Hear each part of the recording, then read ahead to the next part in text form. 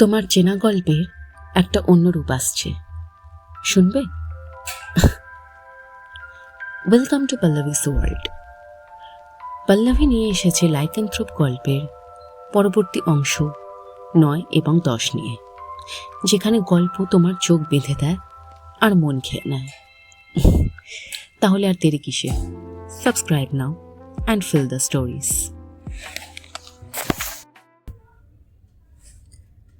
আধিরা উঠে দাঁড়িয়েছে। সে তার চারিদিকে দাঁড়িয়ে থাকা 7জন পুরুষের দিকে দৃষ্টি ফেলে তাদেরকে ভালো করে দেখে নিল। কোথায় গেল তাদের পৌরসত্ব? কিছুক্ষণ আগে যারা পুরুষ বলে আধিরার উপর নিজের পৌরষ ফলাতে চাইছিল, এই মুহূর্তে কোথায় গেল তাদের সেই পৌরসত্ব? আধিরা জঙ্গলে নেকড়ে মানব ধরতে এসেছে বলে যারা তাকে বিদ্রুপ করে নিজেদেরকে নেকড়ে ভেবে নেওয়ার প্রস্তাব আধিরার কাছে রেখেছিল, এই মুহূর্তে সত্যিকারের নেকড়ে মানবকে দেখে বোধহয় তাদের পৌরসত্ব দেহের কোনো গহীন অতলে ঢুকে গেছে। খুঁজে পাওয়াই মুশকিল। তাদের যত পৌরসত্বের অহংকার সব আধিরার উপর ফলানো সহজ। জঙ্গলে একা একটি মেয়ের উপর 7জন পুরুষ মিলে নিজেদের পৌরসত্ব ফলাতে এসেছিল। এই মুহূর্তে তাদের 7জন পুরুষ সম্মুখে একজন পুরুষ দাঁড়িয়ে রয়েছে। হোক না সে অর্থ, তাতে কি? পুরুষ।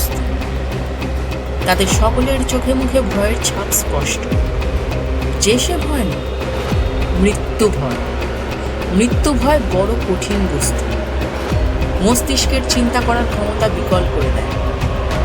মস্তিষ্ক তখন নিজের দেহকে বাঁচানোর জন্য বিকৃত চিন্তা ভাবনা করে।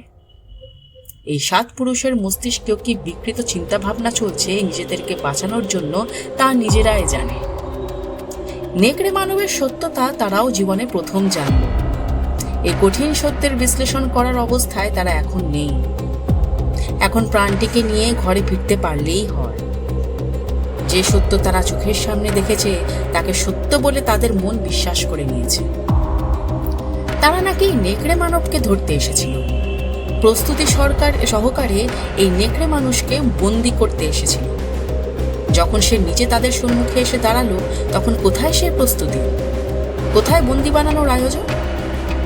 এক কঠিন সত্য চোখের সম্মুখে প্রতিষ্ঠা হতে দেখে তারা বজ্রাহাতের মতো স্নায়ুবৎ দাঁড়িয়ে রয়েছে।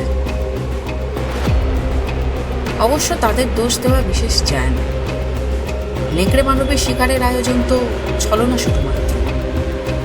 তারা তো এসেছিল আধিরাকে নিজেদের লালসার শিকার বানাবে বলে।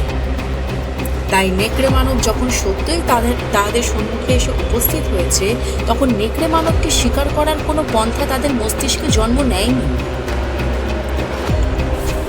নেকড়ে মানব তাদের দিকে ক্রমশ এগিয়ে আসছে দেখে তাদের মধ্যে একজন আধিরাকে পিছন থেকে ধাক্কা মেরে এগিয়ে দিল নেকড়ে মানবের দিকে। আধিরা ছিটকে গিয়ে পড়ল নেকড়ে মানবের জঙ্ঘাদেশের উপর। সে তীব্র গর্জন সহকারে আধিরাকে তুলে একদিকে ফেলে দিল। সামনে 7জন রয়েছে, সে একটাতে পেট ভরাবে কেন? সে ক্রমশ এগিয়ে চলেছে ওই 7 পুরুষের দিকে। একজন দ্রুত পদে ছুটল জিপটির দিকে। তার সঙ্গে আরও 3জন দ্রুত পদে গিয়ে জিপের উপর উঠে বসল। তাদের বাকি 3জন সাথীর চিন্তা তারা আর করল না। জিপখানি গতি বাড়িয়ে এগিয়ে চলল জঙ্গলের রাস্তা বরাবর। আধিরা দেখল নেকড়ে মানব বাকি 3জনের মধ্যে একজনকে ইতিমধ্যে এই পৃথিবীর মায়াত্যাগ করিয়েই দিয়েছে। অপর একজনের ধরমুড়ো আলাদা করে উদ্যত হয়েছে। মাটিতে 2 দিক পড়ে রয়েছে ছেঁড়া মুন্ডু এবং ধর। সে নিজের থাবাযুক্ত বৃহৎ করতলের দ্বারা টেনে ছিঁড়ে নিয়েছে ওই শরীর থেকে তার মুন্ডুখানি। মৃত্যু আর্তনাদ চাপা পড়ে গেছে নেকড়ে মানবের গর্জনের নিচে। তার বক্রনখর যুক্ত দক্ষিণ হস্তের করতলে ঝুলছে অপর আরেকজনের ছেঁড়া মুন্ডুটি। কণ্ঠনালী ছেঁড়া অংশ থেকে ঝুলে রয়েছে শিরা উপশিরা। সেখান থেকে ঝরে ঝরে পড়ছে তাজা রক্ত এবং মাথার ঘিলু। আর একজন বাকি। আধিরা উঠে দাঁড়ালো। তাকে তীব্রভাবে আছড়ে ফেলায় তার শরীরের ডান দিকে যন্ত্রণা অনুভূত হচ্ছে। সে ঠিক করে দাঁড়াতে পারছে না। জীবনের অন্তিম মুহূর্তে ঈশ্বর সকলকে শরীরের অনুসারের ন্যায় বল প্রদান করে থাকে। আধিরাও শরীরের সমস্ত যন্ত্রণা ভুলে ছুটল। কাল বিলম্ব না করে জঙ্গলের পথে সে পরিমরি করে তীর বেগে জীবন হাতে নিয়ে ছুটল। অভিমানী মন নিয়ে নেকড়ে মানবের খাদ্য হতে চাওয়ায় আকাঙ্ক্ষা করা সহজ, কিন্তু বাস্তবে তাহা মেনে নেওয়া বড় কঠিন। তাই সে ছুটল জোরে, আরো জোরে। জঙ্গলের গাছের ডালপালা সরিয়ে সে ছুটছে। কিছু দূর যাওয়ার পর সে শুনতে পেল তার জিপের শব্দ। তার মানে তারাও পাশের রাস্তা দিয়ে এই দিকেই চলেছে। সে সঠিক পথে এগোচ্ছে। আর কিছু দূর এগিয়ে গেলে সে রাস্তায় উঠে পড়ল। তার শ্বাস ফুলে উঠেছে, শরীর ঘর্মসিক্ত। শরীরে যেন আর এক তিলবল অবশিষ্ট নেই। তবুও তাকে ছুটতে হবে। যত দ্রুত সম্ভব তাকে ওই বিভীষিকা ছেড়ে পালিয়ে বাঁচতে হবে। প্রাণের দায় যে বড় দায়। এমনকি এই নিকষ কালো অন্ধকারে না জানি কোন ভুভুক্ষ জন্তু শিকারের আশায় ওত পেতে বসে রয়েছে। কোন নিশাচর প্রাণী এসে তাকে চোখের সম্মুখে দেখে এমন শিকার এক থাবাতেই খাদ্যে পরিণত করে দেবে। তাই সে ছুটছে জোরে, আরো জোরে। পিছন থেকে ভেসে আসছে নেকড়ে মানবের গর্জন। সে আধিরার পিছু নিয়েছে। আধিরা ছুটছে, প্রাণের মায়া এসে ছুটছে। হঠাৎ করেই থেমে গেল জিপ গাড়িটির আওয়াজ। আধিরা শুনতে পেল তার সহকর্মীদের মৃত্যু আর্তনাদ। তৎসহিত ভেসে আসছে নেকড়ে মানবের গর্জন। সেই গর্জন হয়ে উঠছে আধিরার নিকট থেকে নিকটবর্তী। সেই মুহূর্তের পায়ে কিছু একটা জড়িয়ে যাওয়ার আধিরার পুনরায় আছড়ে পড়ল জঙ্গলের মাটিতে পড়ে থাকা শুকনো ডালপালার উপর। তার শরীরটি পায়ে বাঁধা বেড়ির দ্বারা কেউ হিড় করে টেনে নিয়ে চলেছে একদিকে। সে অনুভব করল নেকড়ে মানবকে বন্দি বানানোর জন্য যে লোহার শিকল সে নিয়ে এসেছিল, সেই রূপ শিকল তার পায়ে। শুকনো গাছপালা বেঁধে তার শরীরের স্থানে স্থানে ক্ষত সৃষ্টি হয়েছে।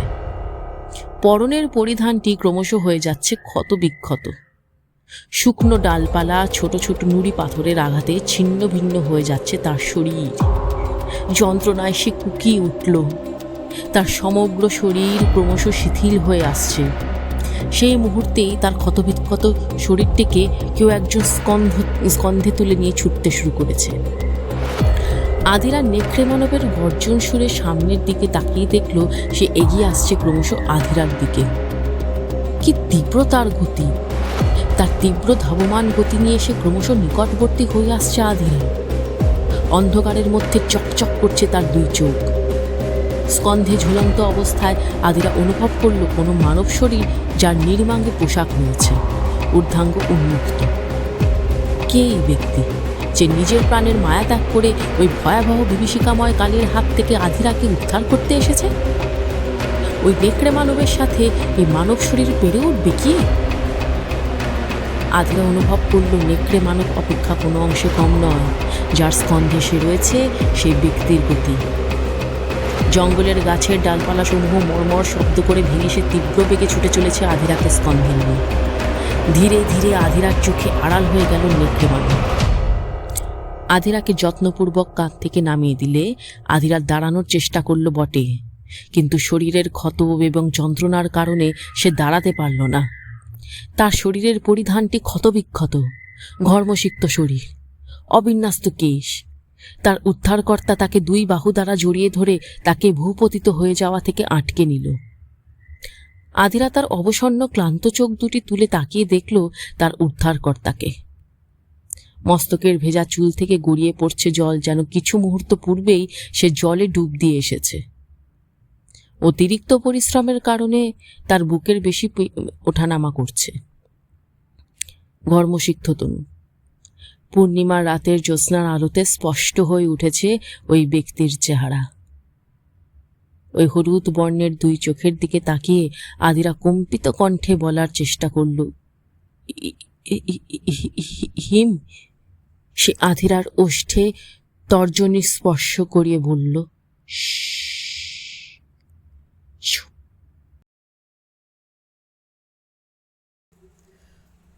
Whose woods these are, I think I know. His house is in the village though. He will not see me stopping here to watch his woods fill up with snow.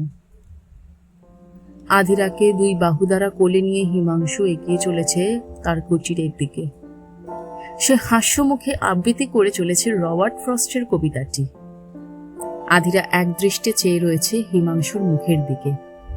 সে তার মায়া ভরা কণ্ঠে গুনগুন করছে, The woods are lovely, dark and deep, but I have promises to keep, and miles to go before I sleep, and miles to go before I sleep.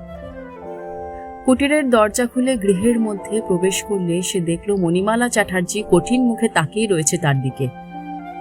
Himanshu একটি কেদারায় আধিরাকে যত্নপূর্বক বসিয়ে দিল। আধিরা বড় ক্লান্ত, সে বিধ্বস্ত।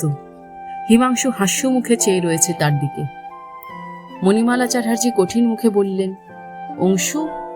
হিমাংশু অসহায় মুখে মণিমালা চ্যাটার্জির দিকে তাকিয়ে মিনতির স্বরে বলল, থাম প্লিজ। আধিরার অবস্থা দেখে মণিমালা চ্যাটার্জির আর কথা বাড়ালো না। তিনি আধিরাকে জিজ্ঞাসা করলেন, এখন কেমন আছো তুমি? খুব কি কষ্ট হচ্ছে? এত রাতে এখানে ডাক্তার তো পাওয়া যাবে না। প্রত্যুত্তর স্বরূপ আধিরা অশ্রুসিক্ত নয়নে মস্তকখানি বামে ডানে ঘোরালো শুধুমাত্র। মণিমালা চ্যাটার্জি তার নাতির দিকে তাকিয়ে বললেন, অংশু, ওকে ঘরে নিয়ে যাও, আমি গরম জল নিয়ে আসছি। ওর ক্ষত পরিষ্কার করে দেওয়া দরকার। হিমাংশুর কক্ষে একটি চৌকির উপর আধিরা বসে রয়েছে। হিমাংশু তার সামনে দাঁড়িয়ে রয়েছে। আধিরা আশা স্তক একটি মাত্র শব্দ উচ্চারণ করেনি। তার দুই চোখ হতে গড়িয়ে পড়ছে অশ্রুধারা। শরীরের যন্ত্রণা অপেক্ষা মনের যন্ত্রণা এই মুহূর্তে তার বেশি অনুভূত হচ্ছে। যাকে সন্দেহ করে সে নেকড়ে মানবকে বন্দি বানানোর উদ্দেশ্যে জঙ্গলে পাড়ি দিয়েছিল, সে তাকে আজ সেই নেকড়ে মানবের হাত থেকে উদ্ধার করে নিয়ে আসলো। হিমাংশু চৌকির উপর আধিরার পাশে বসল। নিজের তর্জনী এবং মধ্যমা দ্বারা যত্ন সহকারে মুছিয়ে দিল আধিরার অশ্রু। আধিরার চেহারা ক্ষতবিক্ষত এবং রক্তাক্ত। সুন্দর তন্নি চেহারাটি বিভৎস স্বরূপ ধারণ করেছে, কিন্তু ওই দুই হলুদ বর্ণের মণিতে এখনো প্রকাশ পাচ্ছে পূর্বের মতো মুগ্ধতা। একখানি দীর্ঘশ্বাস ছেড়ে হিমাংশু বলল, আরে ম্যাডাম, বারণ করেছিলাম আপনাকে। মিটেছে শখ? দেখা হয়েছে লাইকান্থ্রপের সাথে? আধিরা বলল, তুমি ওখানে কি করছিলে? প্রত্যুত্তর স্বরূপ হিমাংশু হাসল। আধিরা বলল, তুমি এত জোরে ছুটলে কি করে? আধিরার দৃষ্টির সন্দেহ দেখে হিমাংশু হেসে বলল, আরে ম্যাডাম, এটা আপনার কাছ থেকে আশা করিনি। সারাদিন ভাগাবন্ডের মতো জঙ্গলে ঘুরে বেড়ায়। ছোট থেকে হনুমানের মতো গাছের ওই ডাল থেকে এই ডালে লাফিয়ে বড় হয়েছি। আমরা কি আর ননির পুতুল? আধিরা তার দক্ষিণ হস্তটি হিমাংশুর বক্ষে স্থাপন করে বলল, যদি তোমার কিছু হয়ে যেত? কি আর করা যেত? বলে হতো। নিজের জীবনের ঝুঁকি নিয়ে এইভাবে কেউ যায় ওখানে? আপনি কি করতে গেছিলেন ঝুঁকি নিয়ে? আধিরা মস্তক নামিয়ে নিয়ে বলল, এটা আমাদের কাজ, ঝুঁকি তো নিতেই হয়। হিমাংশু হেসে বলল, তাহলে এটাও আমার কাজ? আধিরা দৃষ্টি তুলে তাকিয়ে জিজ্ঞাসা করল, কোনটা? হিমাংশু কোনো প্রত্যুত্তর না করলে আধিরা বলল, এইভাবে তোমার যাওয়াটা ঠিক হয়নি। আর কখনো এইভাবে জঙ্গলে যাবে না। আমার জন্য আজ যদি তোমার কিছু হয়ে যেত। হিমাংশু কিছুক্ষণ আধিরার মুখের দিকে তাকিয়ে থেকে বলল, আরে ম্যাডাম, আপনি এক্ষুনি চেয়ে তো দেখুন, জীবনটাও হাসতে হাসতে দিয়ে দিতে পারি। আধিরা কোনো প্রত্যুত্তর করতে সক্ষম হলো না। কি বা প্রত্যুত্তর করবে সে? অপরাধ বোধে সে শেষ হয়ে যাচ্ছে। আধিরা কিছু মুহূর্ত হিমাংশুকে ভালো করে দেখল। তুমি এইভাবে জলে ভিজে রয়েছ কেন? হিমাংশু হাস্য সহযোগে তাকিয়ে রয়েছে আধিরার সন্দিগ্ধ দৃষ্টির প্রতি। ঝর্ণার জলে স্নান করছিলাম। তখনই তো আপনাদের চিৎকার শুনে ছুটে গেলাম। কঠিন হয়ে এলো আধিরার মুখমণ্ডল। সে বোকা নয়, ভারতবর্ষের সব থেকে কঠিন পরীক্ষায় সে উত্তীর্ণ হয়ে চাকরি করতে এসেছে এই জঙ্গলে। তার দৃষ্টি মেপে নিচ্ছে হিমাংশুর শরীরের ইঞ্চি ইঞ্চি। আধিরার দৃষ্টি পর্যবেক্ষণ করে হিমাংশু বোধহয় কিছু বলতেই যাচ্ছিল। আরে ম্যাডাম, আধিরা তার কথা কেটে মাঝপথেই বলে উঠল, আধিরা, আধিরা চৌধুরী। হিমাংশু ভ্রু কুচকে বলল, ধীরা? আধিরা বিরক্ত মুখে বলল, আধিরা। হিমাংশু একইভাবে বলল, আধি। আধিরা এবার বেশ বিরক্ত হয়ে বলল, আধিরা, আধিরা, আধিরা। হিমাংশু হেসে উঠল। হাস্য সহযোগে সে বলল, আরে ম্যাডাম, যারা ধীরে ধীরে আজও লাইকান্থ্রোপ আপকো আধি বানা দেতা হাফ। আধিরা বুঝল এতক্ষণ হিমাংশু তার সাথে রসিকতা করছিল। সে অন্যদিকে মুখ ফিরিয়ে চুপ করে বসে রইল। হিমাংশু তার দক্ষিণ হস্তের অঙ্গুলি সমূহ দ্বারা আধিরার চিবুকখানি ধরে তার মুখটি নিজের দিকে ফিরিয়ে নিল। আধিরা দেখল হিমাংশু তাকিয়ে রয়েছে জানলার দিকে। পূর্ণিমার চাঁদ দেখা যাচ্ছে সেখান দিয়ে। চাঁদের দিকে তাকিয়ে হিমাংশু বলল, আধিরা। আধিরা হাসল। তার নামের অর্থ এত সুন্দর করে তাকে কেউ উপলব্ধি করায়নি। আধিরা বলল, হিমাংশু, তা অংশুবাবু, আপনার নামের মানে আর আমার নামের মানে তো একই দাঁড়ায়। আধিরা মানেও চাঁদ, হিমাংশু মানেও চাঁদ। আধিরা স্বাভাবিকভাবে কথা বলছে দেখে হিমাংশু উঠে দাঁড়ালো। সে কেমন উদাসীন কণ্ঠে বলল, চাঁদ। মণিমালা চ্যাটার্জি এসেছেন এক গামলা গরম জল নিয়ে। হিমাংশু এগিয়ে গিয়ে পাত্রটি ধরে নিল। মণিমালা চ্যাটার্জি আধিরার দিকে তাকিয়ে রয়েছেন। হিমাংশু বলল, তুমি যাও ঠাম, I will do it. Manimala Chatterjee কিছু বললেন না। একখানি দীর্ঘশ্বাস ছেড়ে তিনি কক্ষ ত্যাগ করলেন।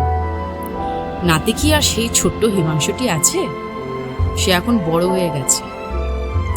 মণিমালা চ্যাটার্জির কক্ষ ত্যাগ করলে হিমাংশুর দরজাটি লাগিয়ে দিল। সে এক বান্ডিল তুলো বার করে নিয়ে আসলো। আধিরার পাশে বসে সে আধিরার শার্টের বোতাম খুলতে খুলতে শুরু করলে আধিরা অস্বস্তি প্রকাশ করল।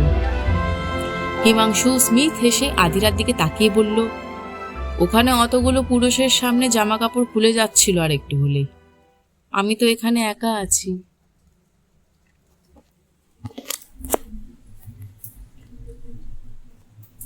তোমরা শুনলে মিতিলের লেখা লাইকান্থ্রোপ গল্পের পর্ব 9 এবং 10।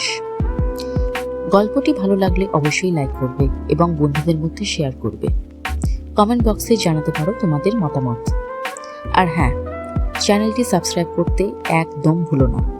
তার কারণ এতদিন আমি 2টো করে এপিসোড ছেড়েছি। এবার আমি 5-5টা করে এপিসোড নিয়ে আসব। তাই সাবস্ক্রাইব করে রাখলে তোমাদের কাছে নোটিফিকেশন পৌঁছে যাবে। তাহলে আজ এই পর্যন্ত।